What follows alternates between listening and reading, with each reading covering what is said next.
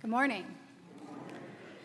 A few weeks ago, when Brad asked me to speak, I looked over what had been offered as a possible narrative, but then realized, in reading it, that I, of course, had a story of my own. I work at the Veterans Affairs Hospital in Martinsburg. I work on the basement floor and no longer spend a lot of time on the upper floors with the patients.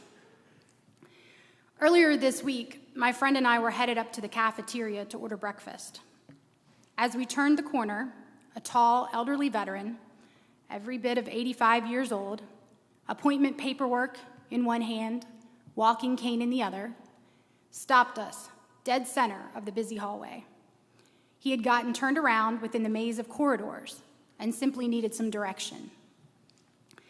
It would have been very easy to simply point a finger at a spot down the hall and tell him to hang a left at the soda machine. And many people would do just that. In their hurry, in their haste, as the clock ticked away at their break time, they would merely point out a route and send him on his way without a second thought. And that would be perfectly acceptable. Except when you take that half second more to realize how truly confused he must be. Except when you remember how it feels to get lost and turned around at the age of 41, much less 85. Except when you know the anxiety he must be feeling over possibly missing his doctor's appointment because, let's face it, we've all been there at least once in our lives. We didn't know his name, his branch of service, or which war he fought in. To us, they're all heroes. So as others passed around us, my friend and I ambled down the hallway with him, one of us on each side, chatting about the weather. Once we found his waiting room, we parted ways. He thanked us for helping him, and we thanked him for his service. Difficult moments can often create opportunities for us to share our gifts with others. I'm sure everyone here today has a story that mirrors mine in some capacity.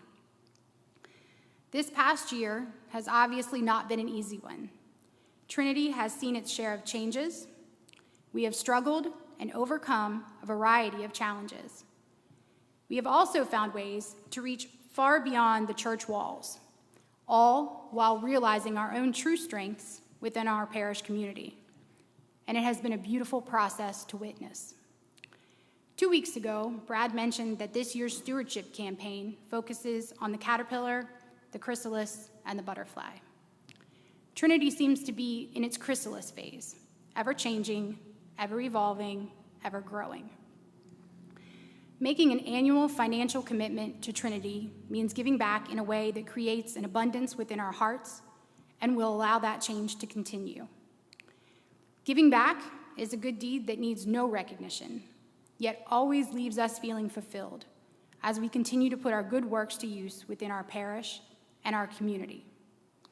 I've always told my daughter to be the kindness you want to see in others, to be the smile you want to see reflected back to you, to be the example, to be the light, to make the difference, to love who you can, to help where you can, and most importantly, to give when you can.